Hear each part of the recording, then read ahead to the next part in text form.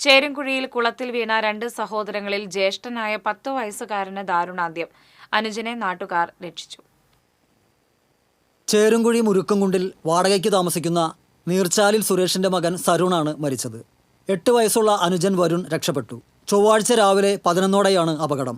കളിക്കുന്നതിനിടെ കുട്ടികൾ ആഴമേറെയില്ലാത്ത കുളത്തിലേക്ക് വീഴുകയായിരുന്നു. കുളത്തിന്റെ അരികിൽ മുങ്ങാതെ നിന്ന അനുജൻ വരുണിന്റെ നിലവിളി കേട്ട് ഓടിയെത്തിയ നാട്ടുകാരിൽ ചിലർ രണ്ടുപേരെയും കുളത്തിൽ നിന്നെടുത്ത് ആശുപത്രിയിൽ എത്തിക്കുകയായിരുന്നു.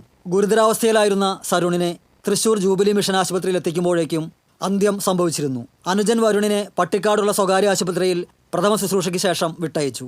ആ കുട്ടിയുടെ അനുജനും കൂടി അവിടെ ആ വഴിയിൽ പോയതാണ്. കളിക്കുന്നതിനിടയിൽ പെട്ടെന്ന് കുളത്തിലേക്ക് വീണ്, കുളം പോലെ ഉള്ള ഒരു ജലാശയത്തിൽ വീണ് മരണപ്പെടുകയാണ് ഉണ്ടായത്. ഇവിടെ ഞാൻ ജൂബിലി ആശുപത്രിയിലെ ബന്ധപ്പെട്ട അധികൃതരോട് ചോദിച്ചപ്പോൾ ബോഡി ഇവിടെ എത്തുന്ന സമയത്ത് തന്നെ കുട്ടി മരണപ്പെട്ടിട്ടുണ്ടായിരുന്നു. കുട്ടിയുടെ ഒപ്പം ഒരു അനുജൻ കൂടി ഉണ്ടായിരുന്നു, ഒരു സഹോദരൻ കൂടി ഉണ്ടായിരുന്നു. അവർ രക്ഷപ്പെട്ടിട്ടുണ്ട്, വേറെ പ്രയാസങ്ങളൊന്നുമില്ല. 3 കുട്ടികൾ കൂടി ഉണ്ട് അവർക്ക്.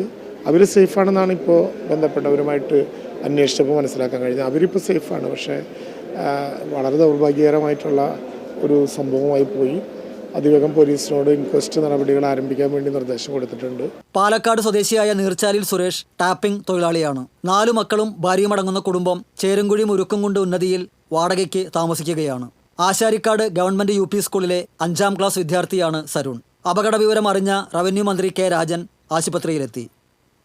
TCV news, Thrissur.